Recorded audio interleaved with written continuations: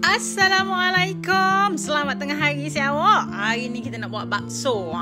Kita nak pergi jauh ke Indonesia tu. Kita nak buat bakso. Bahan-bahan dia walaupun Indonesia, bahan-bahan dia ada je kampung kita ni. Ni dia. Mula-mula kita nak blend kayak gini. Bawang putih, bawang merah, halia. Lepas tu ni ada buah keras dengan ni bawang merah, bawang putih, halia dengan buah pala. Lepas tu ni leek. Kalau buat bakso ni dia kena ada leek. Leek ni ada, ambil lah sebatang ke dua batang, kita potong dua. Hak warna putih tu kita mayang kayak gini, hak warna hijau tu kita blend sekali dengan bawang-bawang ni. Kita tumis dulu bahan-bahan hak kita blend dah tu. Senang je cara dia, kita campur-campur je. Lepas tu ni Mokti letak serbuk lada putih. Kita masak sekaligus tu dalam tu serbuk lada putih, biar dia masak dulu. Masa mula-mula kita tumis bawang-bawang tadi tu. Lepas tu kita boleh tambah air. Bila masak dah bawang tu sikit, kita tambah air. Ikutlah air tu banyak mana kita nak buat kuah dia tu. Gelegak dah tu, kita nak tambah tulang. Boleh je letak daging ke tulang. Hari ni kita nak pakai tulang lembu ni. Dia akan jadi macam sup lah. Sup macam kalau kita mi sup tu lah. Tapi ni kita guna berbola daging kejap lagi.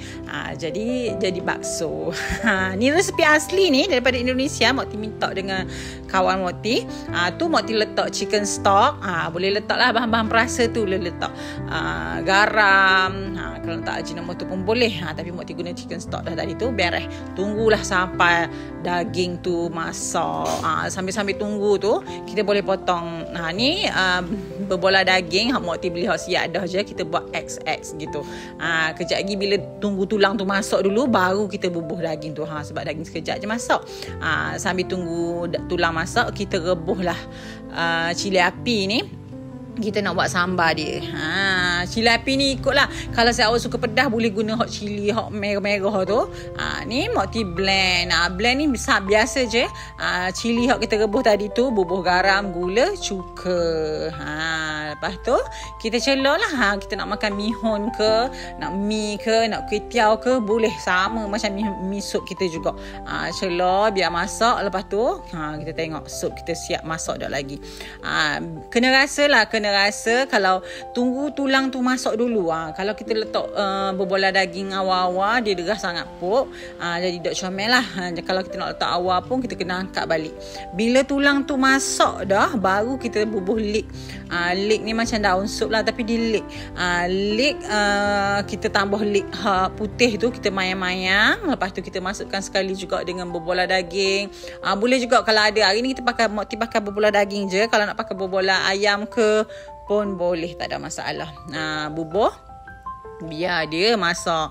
Sekejap je dia naik, ditimbur dah tu. Masak lah tu. Boleh terus hidang. Hidang dia, cara nak hidang dia senang je. Hari ni kita pakai mihun. Kita bubuh mihun, kita bubuh sup, bubuh berbola. Kalau ada daging ke tulang ke, bubuh lah daging tulang tu kalau kita nak. Kalau daging kita cincang-cincang dulu. Lepas tu bubuh makan dengan cambuh togeh tu. Lepas tu daun sup, tambah pula dengan bawang goreng dan juga ni sambal kicap dia. Sambal kicap dia senang je, bubuh kicap dengan sos cili. Lepas tu kita gaul. Ni kalau tak ada ni tak jadi ni. Kita bubuh lah gitu. Sos cili je, sos cili biasa tu, gaul dengan kicap. Lepas tu ni lada kita blend tadi.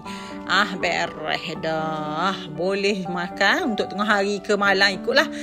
Sangat-sangat sedap walaupun dia simple je.